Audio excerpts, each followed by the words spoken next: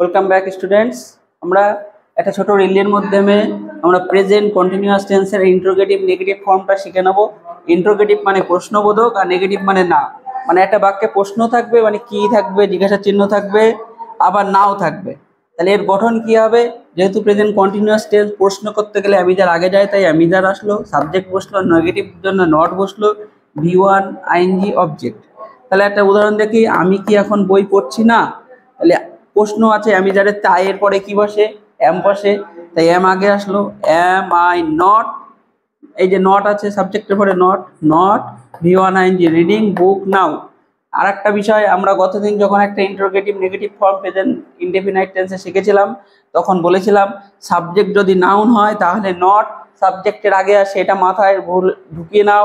বারংবার তোমরা একই ভুল করবে। ইন্টারোগেটিভ নেগেটিভ ফর্মে সাবজেক্ট যদি নাউন হয় নট সাবজেক্টের আগে আসবে। এখানে দেখো, রাম কি ভাত খাচ্ছে না, নাও আছে কিউ আছে, মানে ইন্টারোগেটিভ নেগেটিভ। তাহলে ইস নট রাম হবে, ইস রাম নট হবে না, is not Ram eating rice. আশা করি ভালো লাগলো। আমাদের রিলসগুলো ফলো করো, সাবস্ক্রাইব করো, বন্ধুদের সঙ্গে শেয়ার করো।